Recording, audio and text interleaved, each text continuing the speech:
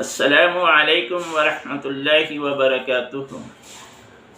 Myself Abdul Haq, Diniya teachers at B. Zakaria English High School. Welcome all of you in Diniyat online classes. My dear students, today I will going to start our lesson number 12, Masjid or Mosque.